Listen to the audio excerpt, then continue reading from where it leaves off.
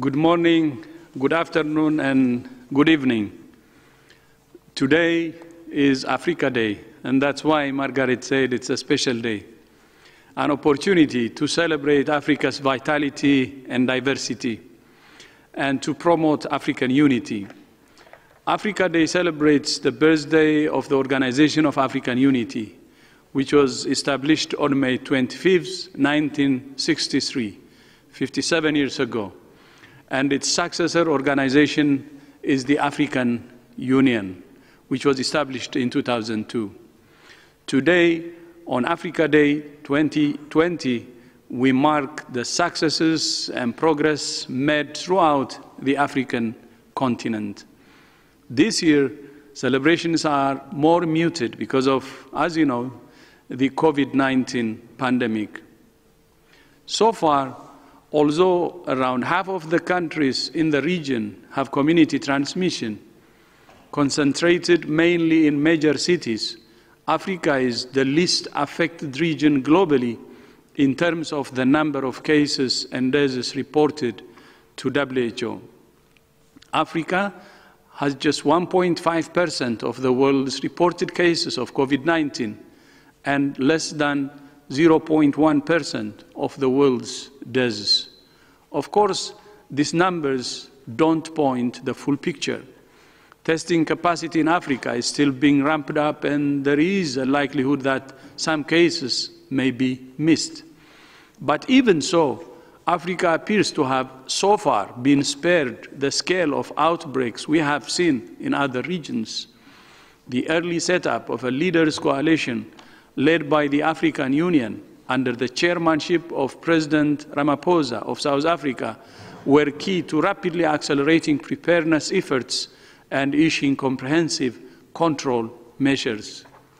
Countries across Africa have garnered a great deal of experience from tackling infectious diseases like polio, measles, Ebola, yellow fever, influenza, and many more.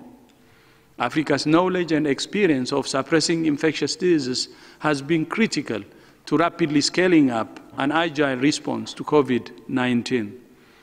There has been solidarity across the continent labs in Senegal and South Africa, were some of the first in the world to implement COVID-19 diagnostic testing. And beyond that, they worked together with Africa CDC and WHO to extend training for lab technicians for detection of COVID-19 and to build up the national capacity across the region. Furthermore, health clinicians, scientists, researchers, and academics from across Africa are collectively contributing to the worldwide understanding of COVID-19 disease. For many years, and from the outset of this pandemic, WHO has been working throughout our country offices to support nations in health emergency preparedness and developing comprehensive national action plans to prevent, detect, and respond to the virus. With WHO support, many African countries have made good progress in preparedness. All countries in Africa now have a preparedness and response plan in place, compared with less than a dozen in the first few weeks of the pandemic.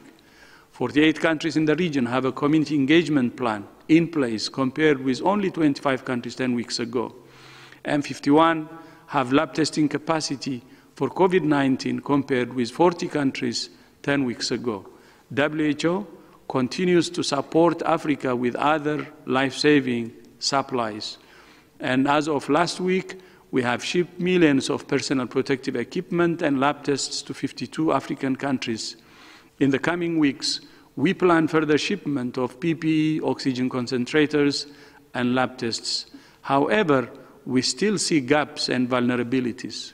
Only 19% of countries in the region have an infection prevention and control program and standards for water sanitation and hygiene in health facilities. And disruption to essential health services such as vaccination campaigns and care for malaria, HIV, and other diseases pose a huge risk. As part of our continued response to the pandemic globally, WHO continues to work aggressively on research and development. As you know, More than 2 months ago, we initiated the Solidarity trial to evaluate the safety and efficacy of 4 drugs and drug combinations against COVID-19. Over 400 hospitals in 35 countries are actively recruiting patients, and nearly 3,500 patients have been enrolled from 17 countries. On Friday, The Lancet, as you know, published an observational study on hydroxychloroquine and chloroquine and its effects on COVID-19 patients that have been hospitalized. The authors reported that among patients receiving the drug, when used alone or with a macrolide, they estimated a higher mortality rate.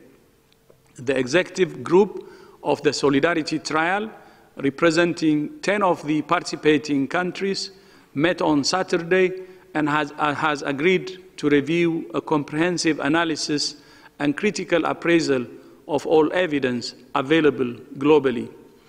The review will consider data collected so far in the Solidarity trial and, in particular, robust randomized available data to adequately evaluate the potential benefits and harms from this drug. The executive group has implemented a temporary pause of the hydroxychloroquine arm within the Solidarity trial, while the safety data is reviewed by the Data Safety Monitoring Board. The other arms of the trial are continuing. This concern relates to the use of hydroxychloroquine and chloroquine in COVID-19. I wish to reiterate that these drugs are accepted as generally safe for use in patients with autoimmune diseases or malaria. WHO will provide further updates as we know more, and we will continue to work night and day for solutions, science, and solidarity. I thank you.